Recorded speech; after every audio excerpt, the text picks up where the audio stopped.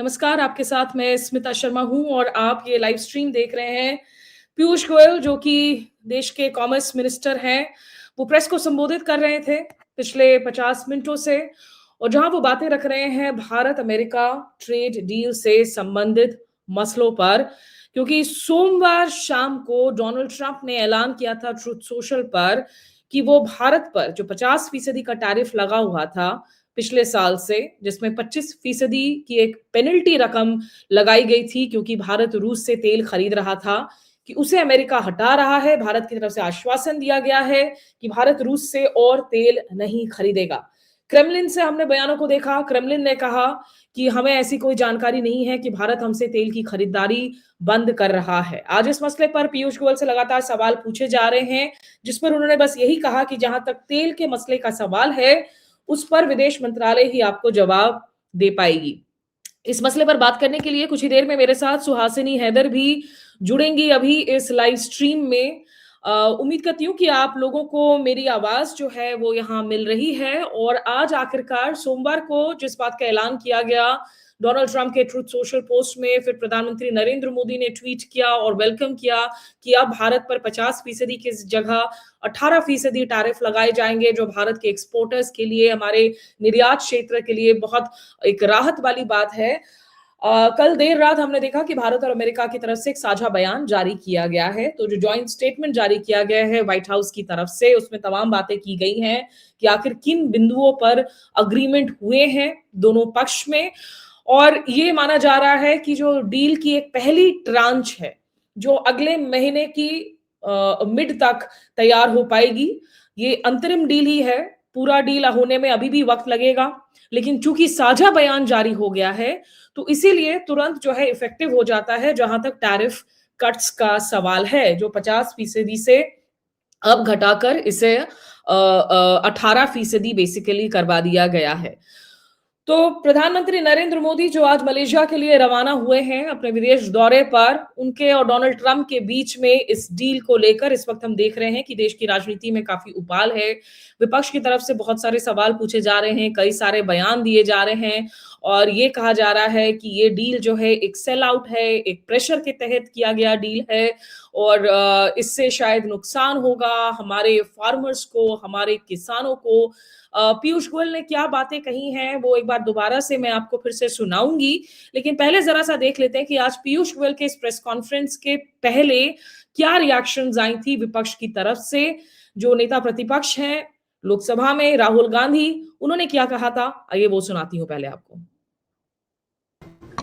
और हिंदुस्तान के जो किसान हैं, आप सब समझिए कि इस ट्रेड डील में आपकी मेहनत को, आपके खून पसीने को नरेंद्र मोदी जी ने बेच दिया है। और वो इसलिए बेचा है क्योंकि ये कॉम्प्रोमाइज्ड है। सिर्फ आपको नहीं बेचा है, देश को बेचा है। इसीलिए मुझे वहां नहीं बोलने दे रहे हैं।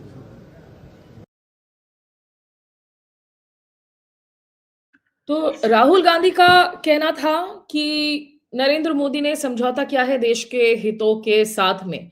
जो लोग हमारे इस लाइव स्ट्रीम को देख रहे हैं YouTube Smita Sharma journalist Facebook पर, आप अपने कमेंट्स जरूर शेयर कीजिए कि आपका क्या कुछ मानना है इस ट्रेड डील को लेकर।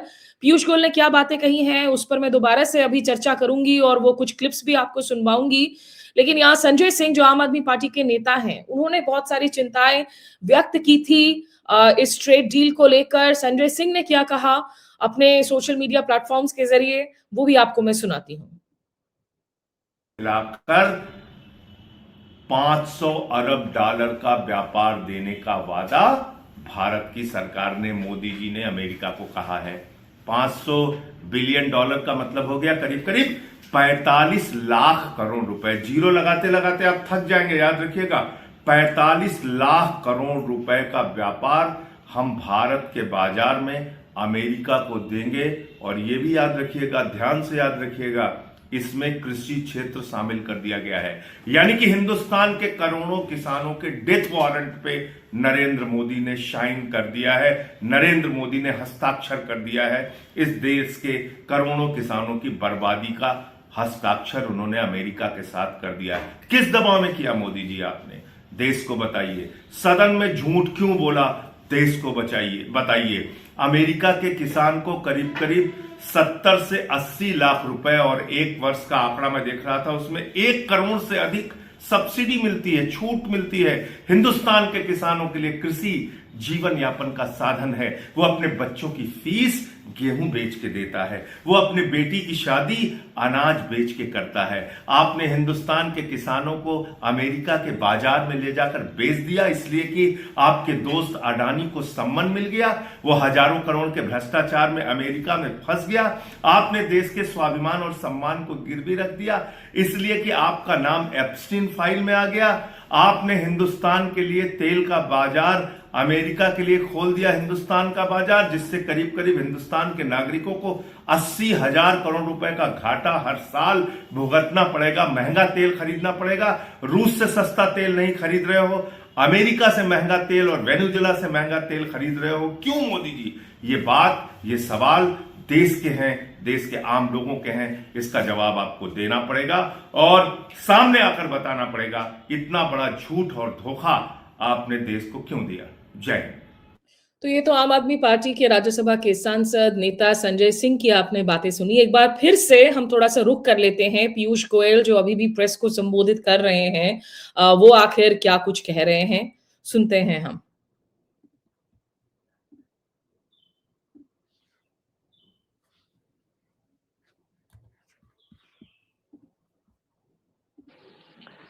अब भारत फ्यूचर रेडी है। राष्ट्रपति के अभिभाषण पर राज्यसभा में माननीय प्रधानमंत्री जी ने वाक्य इस्तेमाल किया था, भारत अब फ्यूचर रेडी है।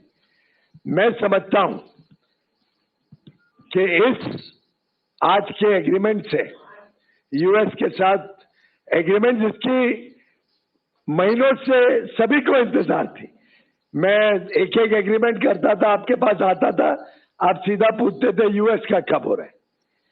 तो मैं समझता हूं ये एग्रीमेंट होने से किसान भी सुरक्षित, देश भी विकसित और भारत फ्यूचर रेडी बन गया है। बहुत बहुत धन्यवाद। You want an English statement also? Are there English channels?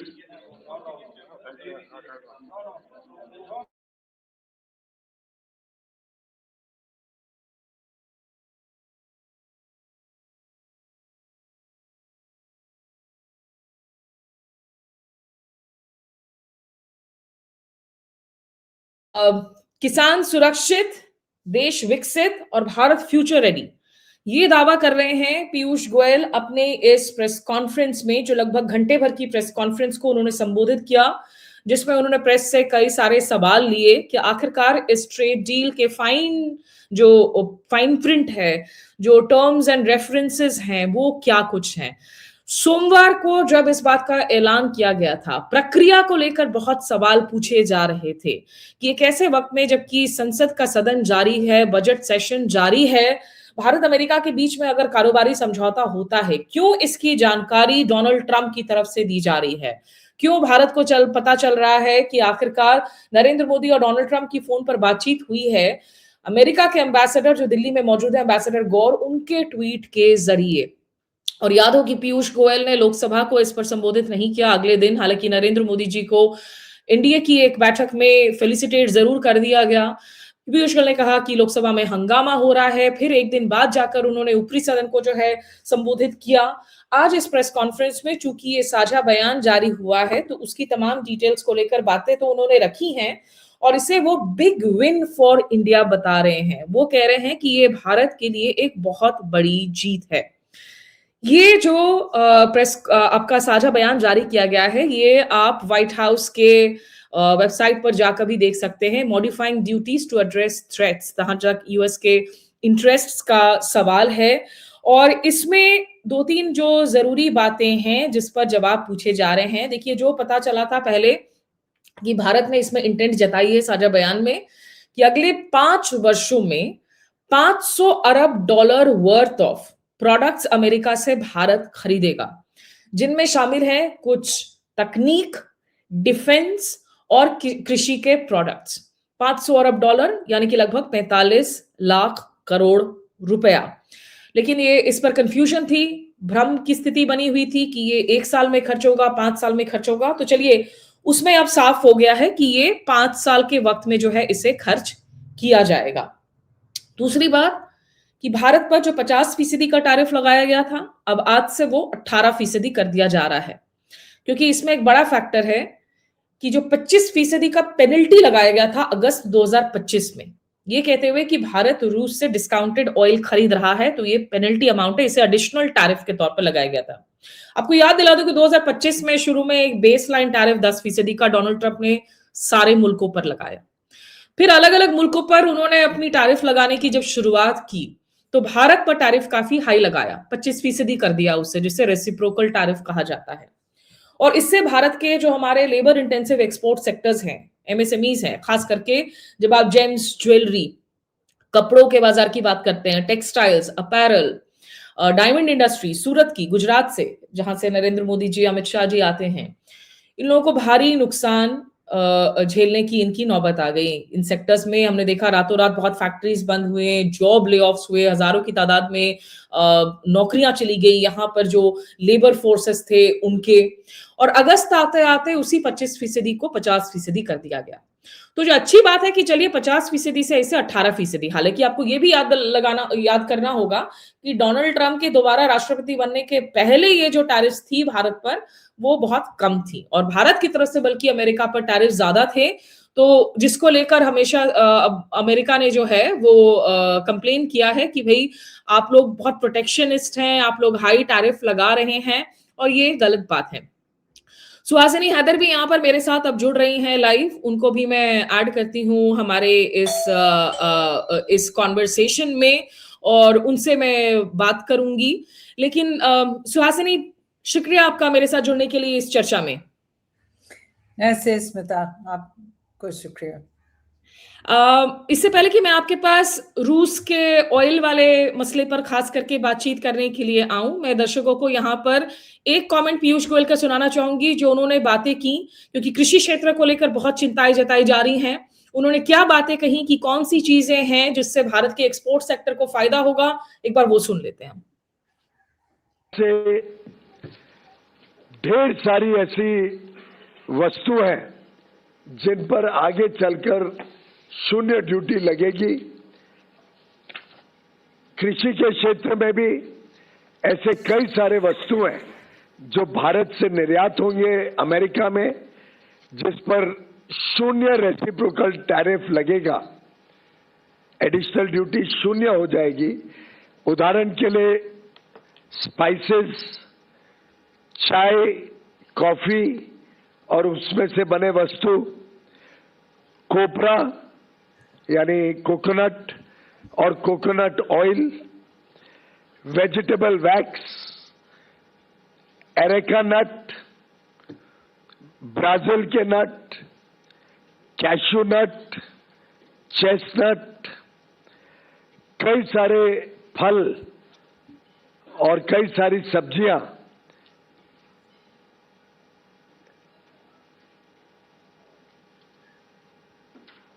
जैसे कि एवोकाडोस, बनाना, केला, गुआवा, मैंगो, आम, kiwi, papaya, pineapple, shiitake, mushroom Kashmir का, बाकी अन्य विभाग से,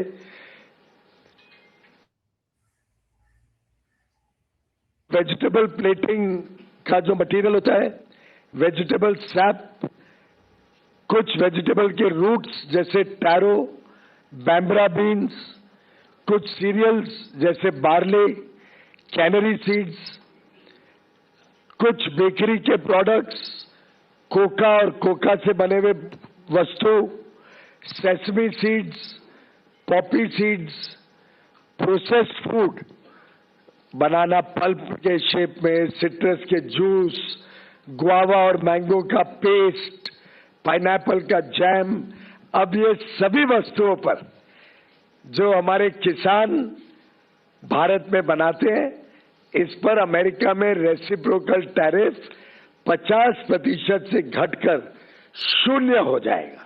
0। ठीक है, तो किसानों के हितों को लेकर जो तमाम बातें पीयूष गोयल ने की हैं, जो दावे ये सरकार कह रही है, उस पर विपक्ष का एक अलग नजरिया है। हम कोशिश करेंगे कि आज और कल के बीच में किसान नेताओं से भी बात करें, आपको मसला समझाएं।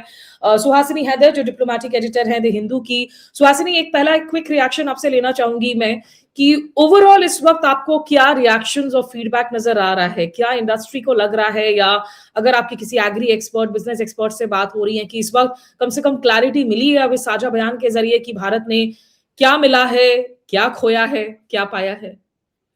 आई थिंक अगर आप ट्रेड डील की बात कर रहे हैं जो कल शाम या आज सुबह आई थिंक भारत में 4 बजे के करीब अमेरिका ने इसको जारी किया था और कुछ घंटों बाद हमारी सरकार ने इसको जारी किया था।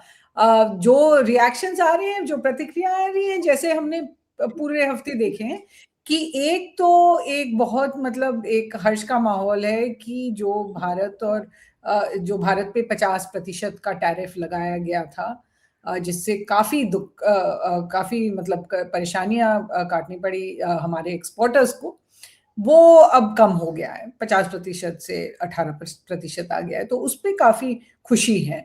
दूसरी बात ये कि जो बड़े बड़े आइटम्स हैं अभी हमें देखना पड़ेगा, क्योंकि कॉमर्स मिनिस्टर पीयूष गोयल जी ने ऐसे लिस्ट जो दी है वो उन चीजों पे है जो भारतीय किसान एक्सपोर्ट कर पाएंगे 18% पे, या उन्होंने कहा है कि कौन कौन से बड़े आइटम्स को प्रोटेक्ट किया गया है।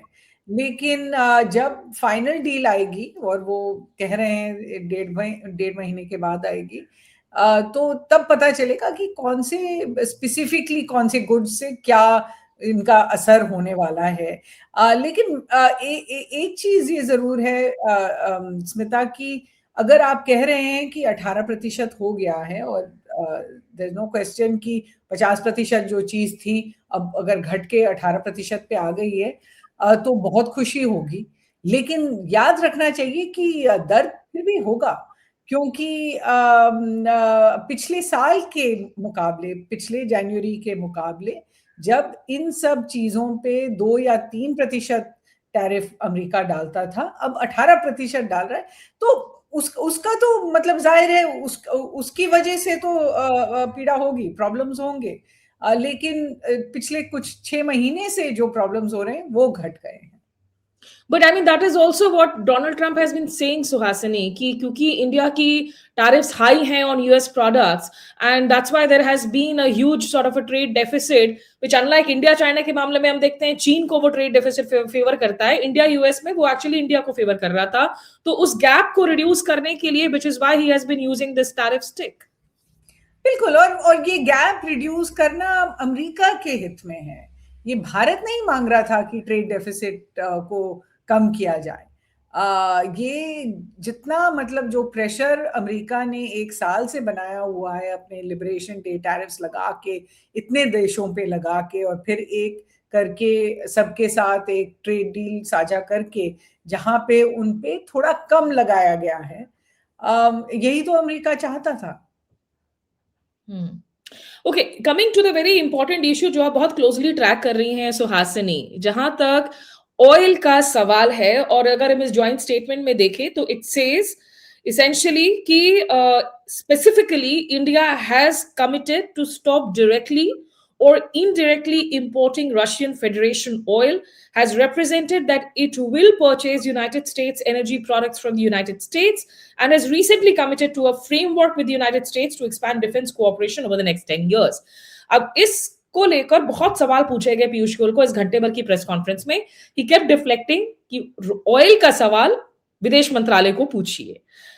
What is the situation now? और हमारी जो data है in terms of what we are importing from Russia or US, what is it saying? Smita, एक गलतफहमी है कि ये ट्रेड डील का हिस्सा है। हालांकि जो आप जैसे पढ़ रहे हैं वो एक एग्जीक्यूटिव ऑर्डर में है। तो कल जब मैं कल कहती हूँ अमेरिका के टाइम के हिसाब से, लेकिन भारत में सुबह सुबह ये सब हुआ है, तो अभी लोग पढ़ना शुरू कर रहे हैं कि इसके क्या मायने होंगी। तो जैसे ये जॉइंट स्टेटमेंट जारी हुआ था अमेरिका से ट्रेड के मामले में, उसी वक्त डोनाल्ड ट्रंप ने 2 एग्जीक्यूटिव ऑर्डर्स भी पास किए थे। तो मैं इन एग्जीक्यूटिव ऑर्डर्स को एक करके आपको समझाऊंगी। एक जो पहला जिसका आप जिक्र कर रहे हैं वो रूस के हवाले से है, और वो सिर्फ इंडिया पे जो लागू हुआ था 25%, उसके बारे में है। आपको याद होगा कि 6 महीने पहले जब अमेरिका ने 25% प्यूनिटिव टैरिफ्स, मतलब एक सजा के तौर पे भारत पे जो लागू किया था 25%, तब भी उन्होंने सिर्फ भारत पे लागू किया था।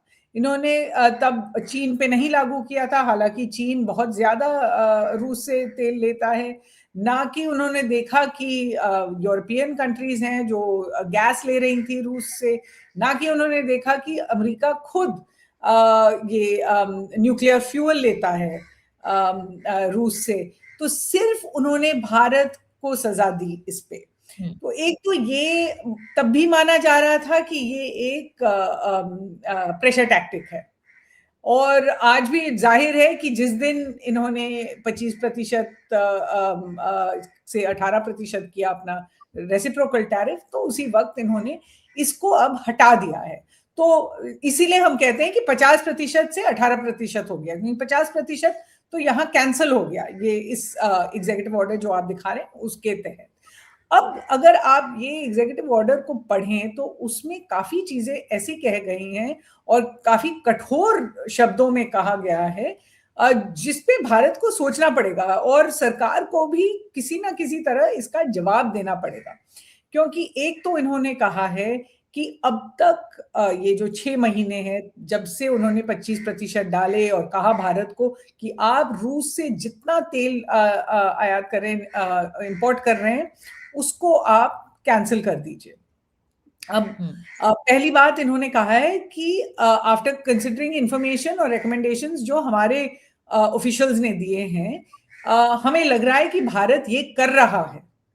तो एक तो वो कह रहे हैं कि भारत ने पिछले कुछ महीनों में अपना तेल जो रूस से ले रहे थे उसको कम किया है। और द हिंदू का एक आज लेख आपने शायद देखा होगा, जिसमें उन्होंने आंकड़े दिखाए हैं कि दिसंबर में, पहले तो अक्टूबर नवंबर में कम होता गया और दिसंबर में 40% घट गया जो रूस से भारत तेल ला रहा था। तो अगर आपको याद होगा कि हमारे जो पिछले साल या 2024 में भारत 35%, 40% अपना तेल रूस से ला रहा था, वो अब घट के 25% हो गया है। तो दिसंबर के महीने में बहुत ही कम हो गया। अब देखा जाएगा कि जनवरी में और फरवरी में क्या क्या आंकड़े निकलते हैं, लेकिन जो ट्रेंड हमें दिख रहे हैं, भारत इनको कम कर रहा है। रूस से अब तेल बहुत ही कम होता जा रहा है, दिख रहा है। अभी तक के ट्रेंड से हम ये शायद कह सकते हैं। अब दूसरी बात मिस्टर ट्रंप ने कहा है कि क्योंकि भारत ने कमिटमेंट दी है, मतलब भारत ने ये आश्वासन दिया है कि ये रूस से तेल लेना बंद कर देंगे। ये हमने पहले कभी नहीं सुना था। शायद पहले ये माना जा रहा था कि थोड़ा अगर घट जाएगा, थोड़ा सा कम कर देंगे, अमेरिका इसी में मान जाएगा। लेकिन अब वो कह रहे हैं कि भारत ने कमिटमेंट दिया है, भारत ने आश्वासन दिया है। तो अब ये बात सरकार को बतानी पड़ेगी कि क्या किसी ने भारत सरकार के बिहाफ पे मिस्टर ट्रंप को किसी तरह से आश्वासन ये दिया है कि रूस से वो तेल खरीदना बंद करेंगे। तीसरी बात उन्होंने कहा है कि ये यहाँ पर बात बंद नहीं होती है, खत्म नहीं होती है। अगर आगे जाके भारत रूस से फिर से तेल इंपोर्ट करना शुरू कर दे, तब मैं फिर से कहूंगा कि इस भारत पे 25% या जो भी टैरिफ बढ़ सकता है। तो वो बहुत स्पष्ट तरीके से कह रहे हैं कि भारत के पास इसमें कोई एजेंसी नहीं है, भारत डिसाइड नहीं कर सकता है अगर वो रूस से तेल लेंगे या नहीं। भारत ने कर दिया है, भारत ने कहा है मुझे, और आगे जाकर भी भारत ये नहीं कर सकता जब तक मैं ना कहूं। आपको याद होगा 2019 में मिस्टर ट्रंप ने ये वेनेजुएला के बारे में भी कहा था कि वेनेजुएला के से तेल लेना बंद कर दीजिए। अब आज 2026 में वो कह रहे हैं वेनेजुएला से आप तेल लीजिए।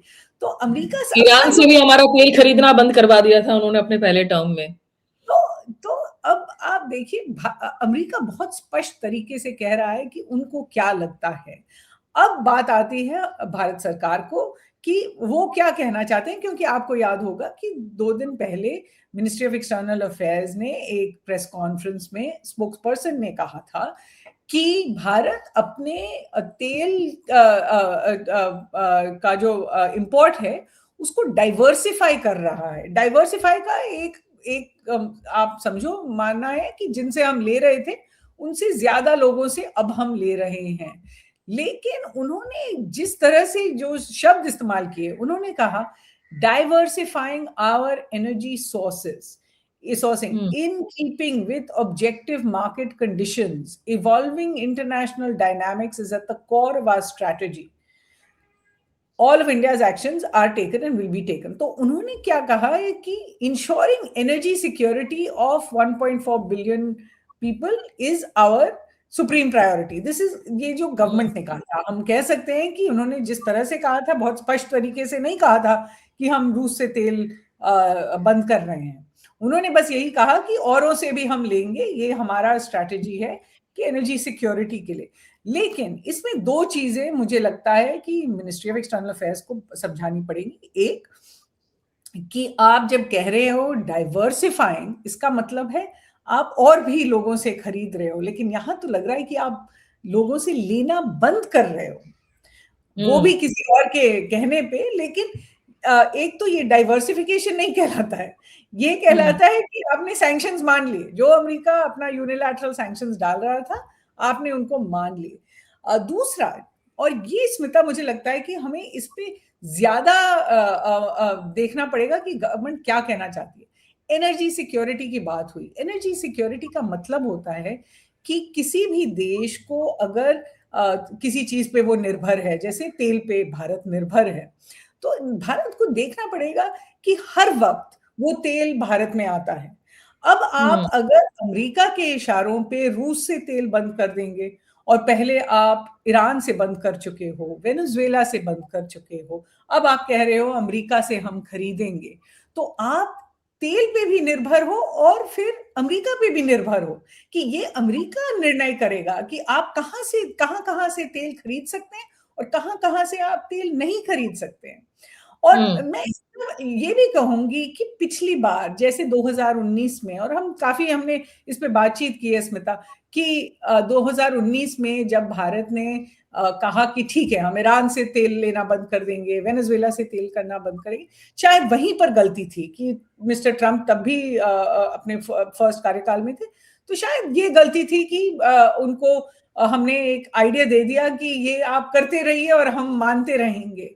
लेकिन उस वक्त अमेरिका ने बहुत तरीके से भारत को मनाया था। एक तो उन्होंने फरमान तो दिया था कि आप इस दिन तक आप बंद कर दीजिए ईरान से तेल लेना, लेकिन उसका 1 साल उन्होंने दिया, मोहलत दी थी उन्होंने 6 महीने की। दूसरी बात कि अमेरिका ने भारत की मदद की थी कि गल्फ कंट्रीज से और तेल वो ले पाए, और गल्फ कंट्रीज के जो तेल की प्राइसिंग थी उस पे भी अमेरिका ने मदद की थी। अब यहाँ पर वो बात नहीं रही है स्मिता। पिछले साल में जो भी गल्फ से ज्यादातर जो तेल जा रहा है वो यूरोपियन देशों में जा रहा है, क्योंकि 2019 के बाद तो यूक्रेन का युद्ध हुआ और यूरोप ने रूस से तेल लेना बंद कर दिया। तो अब जो भी तेल वहां गल्फ कंट्री से जा रहा है वो काफी उसका मूल्य काफी बढ़ के है, और भारत के लिए ये काफी एक्सपेंसिव रहेगा। दूसरी बात कि वो भारत के लिए ये यूरोप में जा रहा है तो भारत के लिए इतना नहीं होगा, और भारत को कोई मोहलत नहीं दी जा रही है। अब वो बस कह रहे हैं कि आप बंद कीजिए, इसके बाद अगर आप नहीं बंद करेंगे तो 25% वापस आ जाएगा आपके टैरिफ्स पे। तो मुझे लगता है कि एनर्जी सिक्योरिटी का जो शब्द मिनिस्ट्री ऑफ एक्सटर्नल अफेयर्स ने किया है, यहाँ तो एनर्जी इनसिक्योरिटी की बात हो गई है कि हम तभी लेंगे जब अमेरिका हमें कहेगा। और अमेरिका का तो आपने देखा है मिस्टर ट्रंप के बाद या पहले भी अमेरिका का मन बदलता है जी। जैसे उन्होंने वेनेजुएला पे किया, जैसे उन्होंने और भी चीजों पे किए। तो हम उन पे निर्भर होके हम ऐसे अगर कदम लेंगे तो फिर शायद आगे जाकर भारत का नुकसान हो सकता है। बिल्कुल, लास्ट 2 क्वेश्चन्स आपसे पूछना चाहूँगी सुहासिनी, आपने बहुत सारी बातें रखी यहाँ पर और दर्शकों को एक बार फिर से याद दिला दें कि पिछले कुछ वक़्त से विदेश मंत्रालय की तरफ से जो बातें कही जाती हैं, जब हम ऑयल पर सवाल पूछते हैं, तो वो कहते हैं कि नहीं, हम अपनी एनर्जी बास्केट को हमारे नीड्स के हिसाब से ही हम डाइवर्सिफ़ाई करेंगे। सूत्रों के हवाले से ये भी हमें बताया जाता है कि देखिए, ऐसा नहीं है कि हम बिल्कुल ही ऑयल को परचेज़ बंद करेंगे रशिया से, क्योंकि 2 मेन कंपनीज़ हैं, रोस्नेफ्ट जिन पर सैंक्शंस लगाई गई हैं, लेकिन बाकी ऐसे और एवेन्यूज हैं जहां से हम ऑयल ले सकते हैं, हमारी पब्लिक रिफाइनरी कंपनीज उनसे डील कर सकती है। सवाल हो जाता है कि इंश्योरेंस, शिपिंग कॉस्ट, अगर सैंक्शंस लगे हुए हैं तो उसको आप कैसे नेविगेट करें। तो यहाँ पर जो एक हमारे दर्शक हैं आबिद हुसैन जो सवाल पूछ रहे हैं सुहासिनी, और मुझे लगता है कि ये सवाल हर किसी के मन में है कि जैसा आपने कहा 2019 के मुकाबले इस दफा जब डोनाल्ड ट्रंप भारत को निर्देश दे रहे हैं कि आप रूस से मत ऑयल खरीदिए, तो हमारे लिए ड्यूरेशन कम कर दी गई है, लहजा ज्यादा स्टर्न हो गया है, टोन स्ट्रॉन्गर हो गया है, क्योंकि डोनाल्ड ट्रंप खुद ज्यादा स्ट्रॉन्गर है इस पर डोमेस्टिक पॉलिटिक्स में। तो इसका शैडो, अब जब हम $500 अरब worth of goods, defence parts खरीदेंगे यूएस से ओवर द नेक्स्ट 5 इयर्स, क्या ये इंडिया रशिया रिलेशंस पर इसका साया पड़ेगा? और क्या इंडिया रशिया के डिफेंस जो हमारे संबंध है वो पहले से कहीं ज्यादा, तो ऑब्वियसली हमारी इंपोर्ट्स घटी हैं, डिपेंडेंस घटी है रशिया पर, अभी भी बहुत ज्यादा है लेकिन पहले से कम है, क्या उस पर भी असर पड़ेगा इसका? कि स्मिता, भारत और रूस की जो दोस्ती है ये काफी पुरानी है और तरह तरह के चैलेंजेस से निपट चुकी है। लेकिन मैं जरूर कहूंगी कि ये पहली बार है जब भारत रूस के साथ जो उनके संबंध हैं उसको किसी और देश के कहने पे वो घट रहा है। आपने देखा होगा रशिया का यूक्रेन में जब पहले तो 2016 में क्रिमिया में जब हुआ, 2014 में क्रिमिया में जब हमला हुआ रूस से, और फिर 2022 में रूस का हमला यूक्रेन में हुआ, भारत का रुख काफी मतलब डट के उन्होंने कहा कि हम ना रूस के खिलाफ कुछ कहेंगे और हम रूस से तेल खरीदेंगे, हम दूसरों से हम अपने आदेश नहीं लेते हैं कि हम किस तरह से द्विपक्षीय बातचीत हम कर सकते हैं। तो ये सब भारत ने काफी सालों से कहा है। ये पहली बार हम देख रहे हैं कि भारत की सरकार कह रही है, क्या मतलब कह तो नहीं रही है अभी तक, हम वेट कर रहे हैं कि कब ये या तो ये नकार दें जो अमेरिका ने कहा है। लेकिन अमेरिका ने अब स्पष्ट तौर के से मतलब लिखित रूप में दिया हुआ है, एग्जीक्यूटिव ऑर्डर है, ये कोई छोटी चीज नहीं है।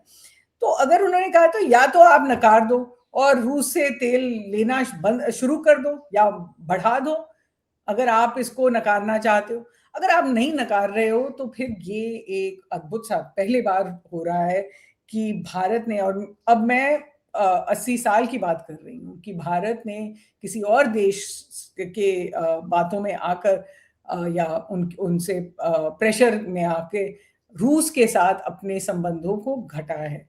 अच्छा, दूसरी बात ये है कि रूस के साथ जब हम बातचीत करते हैं तो इसका असर और देशों पे भी होगा, और देशों को लगेगा, अगर आप यूरोपियन देश हो या वेस्ट के देश हो, आपको लगेगा कि अगर भारत यहाँ पर मान गया है तो और कहाँ कहाँ मान जाएगा।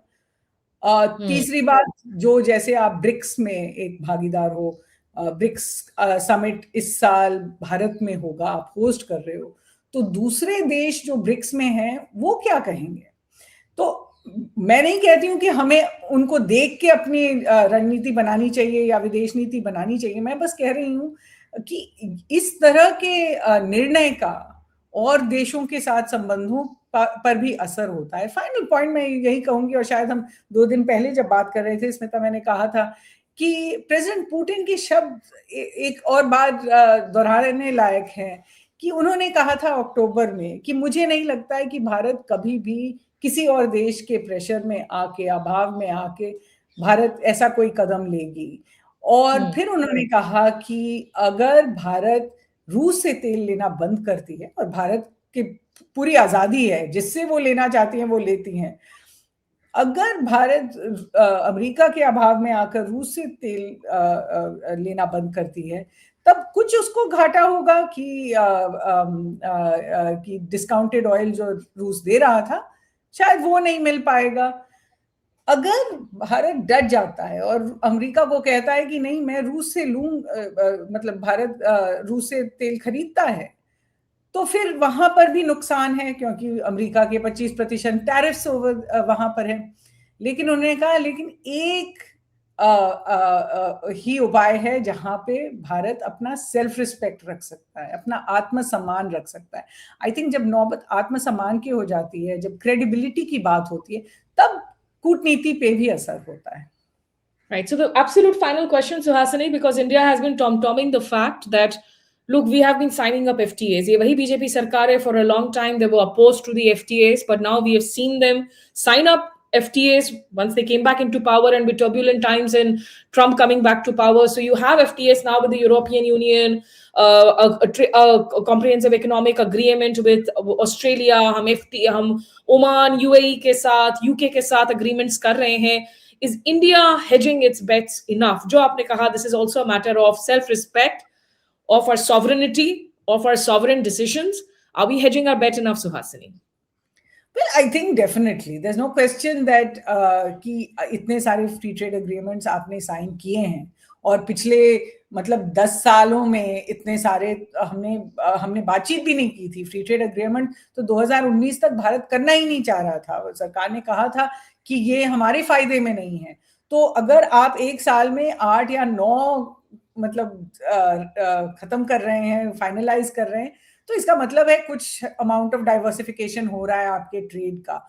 लेकिन इस पे अब ये जो बादल सा घिर गया है कि हमें अमेरिका से $500 बिलियन की खरीदारी करनी है। तो अगर वो $500 बिलियन 5 साल में $100 बिलियन आप हर साल लेंगे, तो और आपका मतलब पूरा मिला के अगर आपका जो इंपोर्ट बिल है उससे थोड़ा ही कम होगा। इसका मतलब है कि ना कि आप किसी और कंट्री से ले सकते हैं, और ना आप अपनी इंपोर्ट्स को इतना बढ़ा सकते हो, क्योंकि अगर आपका ट्रेड डेफिसिट फिर से बढ़ गया, फिर से अमेरिका कुछ और कदम ले लेगा, क्योंकि उसका मानना है कि trade deficit is a problem. हालांकि ये बिल्कुल इकोनॉमिस्ट जो हैं ये इसको बिल्कुल नकार देते हैं कि ट्रेड डेफिसिट की वजह से अनबैलेंस रिलेशनशिप नहीं होनी चाहिए।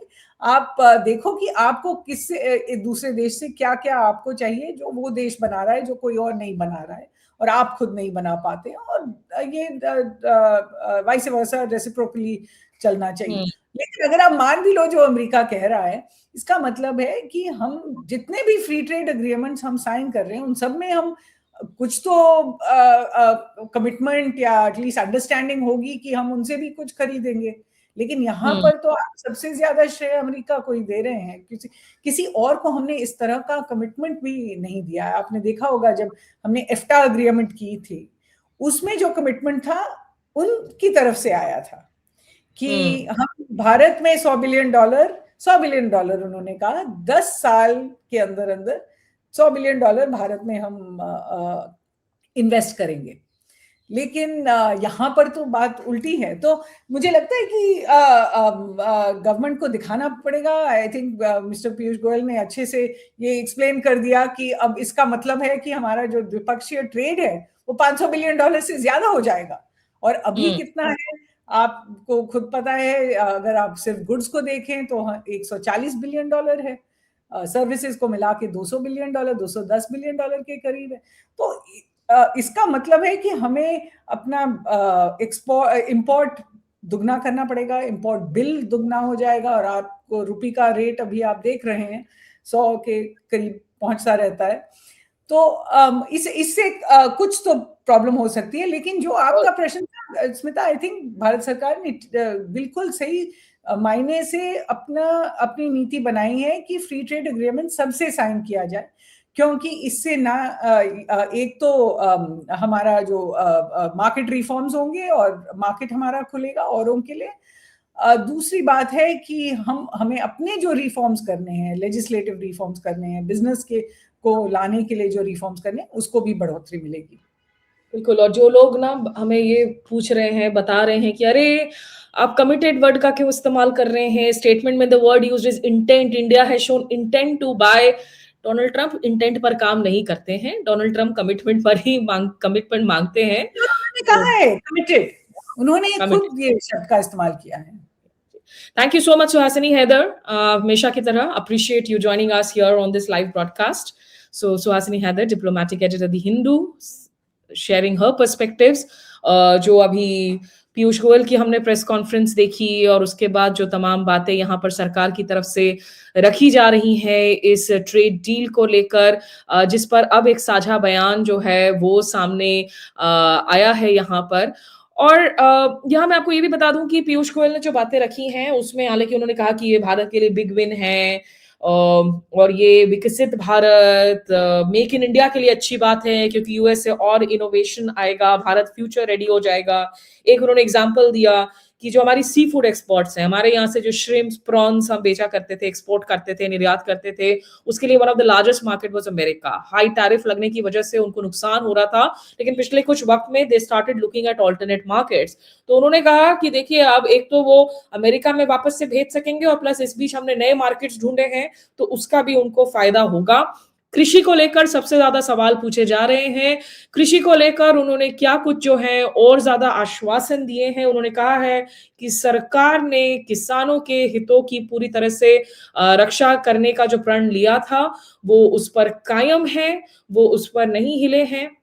और पोल्ट्री, डेयरी, फार्मिंग, ये सारे जो सेंसिटिव संवेदनशील सेक्टर्स हैं उस पर भारत सरकार नहीं झुकी है ट्रंप एडमिनिस्ट्रेशन के सामने। ये पीयूष गोयल का दावा है इस प्रेस कॉन्फ्रेंस में। ये आपको सुना देती हूँ कि उन्होंने क्या बातें रखी उस प्रेस कॉन्फ्रेंस में। सकेंगे और जिसका भारत के निर्यात को फायदा हो।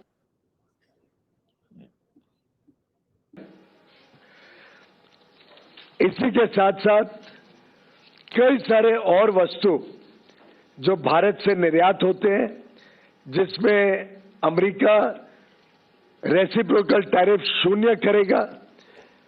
उदाहरण के लिए एयरक्राफ्ट के पार्ट्स, मशीनरी के parts, generic drugs, pharmaceutical products, कुछ elementary auto parts, gem and diamonds जो वेस्ट बंगाल में बनते हैं, महाराष्ट्र, गुजरात में बनते हैं, तमिलनाडु में बनते हैं, केरल में बनते हैं। Gem and diamonds, coins, platinum, clocks and watches, essential oils, कुछ होम डेकोर के वस्तु जैसे शैंडलियर्स, इल्यूमिनेटिंग साइंस, लैंप्स के कुछ पार्ट्स, सीट्स, कुछ इनऑर्गेनिक केमिकल्स, आयरन और hydro oxides, aluminium oxides, inorganic compounds, precious metals के, जिंक ऑक्साइड्स, कुछ इंस्ट्रूमेंट्स और अपैरेटस, कुछ अलग अलग प्रकार के मिनरल्स और नेचुरल रिसोर्सेज, कुछ पेपर, प्लास्टिक और वुड की वस्तुएं, नेचुरल रबर। देखिए कितनी सारी वस्तुओं पे भारत को शून्य रेसिप्रोकल टैरिफ मिलने जा रहे हैं। इसी के साथ साथ हम सबके लिए बहुत ही खुशी की बात है और इसका तो मैं समझता हूं पूरे देश में चर्चा हो रही है कि कैसे कई सारे किसानों के किए गए वस्तु, किसानी क्षेत्र के उत्पाद अब भारत से शून्य ड्यूटी पर अमेरिका में जा सकेंगे और जिसका भारत के निर्यात को फायदा होगा।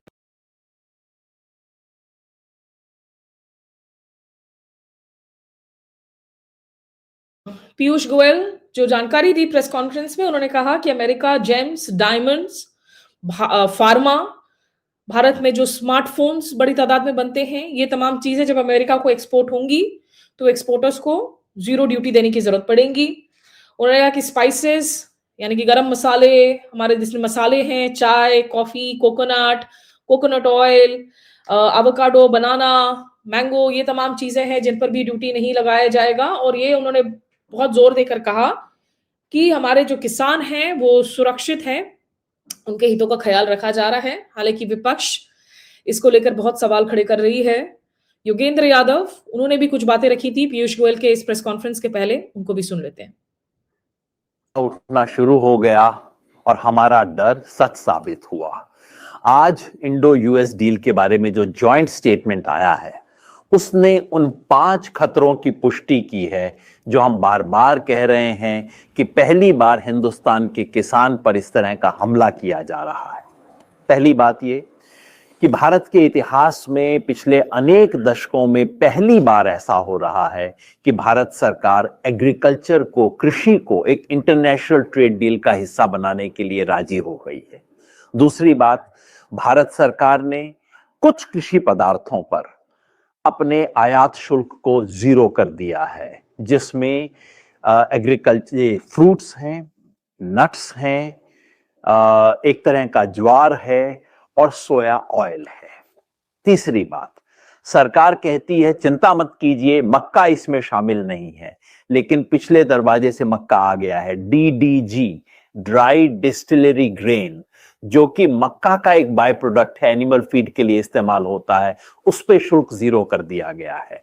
नंबर 4, सरकार कहती है सोयाबीन शामिल नहीं किया गया है, लेकिन सोया ऑयल शामिल कर दिया गया है, उस पे 0% एक्साइज ड्यूटी अब टैरिफ लगा करेगा। और 5वीं बात, सरकार कहती है मामला यही नहीं रुकेगा, जब फाइनल एग्रीमेंट होगा तो अमेरिका को और ज्यादा एक्सेस दिया जाएगा, और जो भारत की कृषि आयात पे दूसरी शर्तें हैं, यानी कि GM फूड जो भारत एक्सेप्ट नहीं करता है, और भारत की जो शर्त है कि डेयरी में ऐसा पशुओं के डेयरी प्रोडक्ट नहीं आ सकते जो पशु ने खुद मांसाहार किया हो, इन शर्तों को भी रिलैक्स करने के लिए भारत सरकार ने तैयारी शुरू कर दी है। मतलब जिसका डर था वही हो रहा है। खाली कृषि मंत्री के बयान मत देखिए, खाली वाणिज्य मंत्री की चिकनी चुपड़ी बातें मत देखिए, एक्चुअल स्टेटमेंट देखिए, अमेरिका के बयान देखिए और इस कड़वी हकीकत का सामना करने के लिए तैयार हो जाइए। इस देश के किसान संगठनों ने, संयुक्त किसान मोर्चा ने कॉल दिया है इसका विरोध करने का। भारत के किसान और किसान संगठनों को अब कमर कस लेनी चाहिए।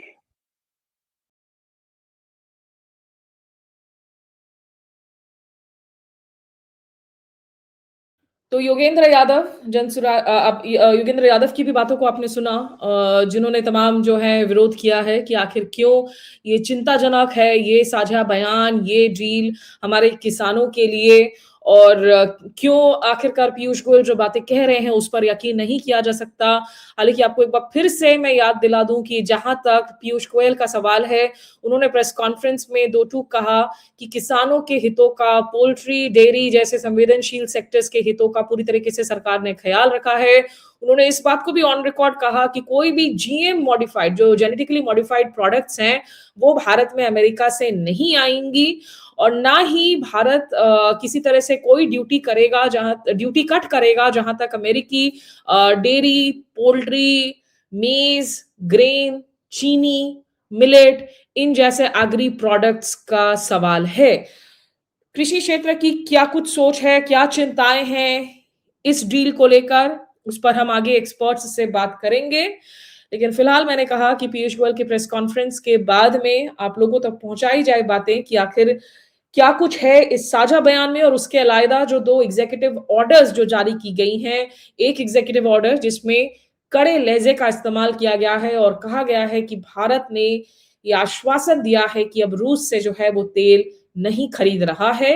लेकिन उस बाबत जब सवाल पूछे गए पीयूष गोयल से, उन्होंने बस इतना ही कहा कि इसका जवाब विदेश मंत्रालय से ही आपको मिलेगा। तो हमें इंतजार है विदेश मंत्रालय के प्रतिक्रिया का भी। बहरहाल आप YouTube, Facebook और इंस्टा स्मिता शर्मा जर्नलिस्ट को सब्सक्राइब कर सकते हैं। YouTube पे प्लीज अपना बेल आइकन नोटिफिकेशन आप प्रेस करें ताकि हमारे फ्रेश कंटेंट को लेकर आप अलर्ट्स देख सकें। और आपको याद दिला दूं कि 12 फरवरी को बांग्लादेश में जो अहम राष्ट्रीय चुनाव होने जा रहे हैं उससे संबंधित बहुत सारे व्लॉग्स, एनालिसिस और ग्राउंड रिपोर्ट्स भी आप मेरे YouTube चैनल पर देख सकते हैं। तो अपना फीडबैक हमें जरूर दीजिएगा। फिलहाल मेरे साथ जुड़े रहने के लिए बहुत शुक्रिया। नमस्कार, आदाब।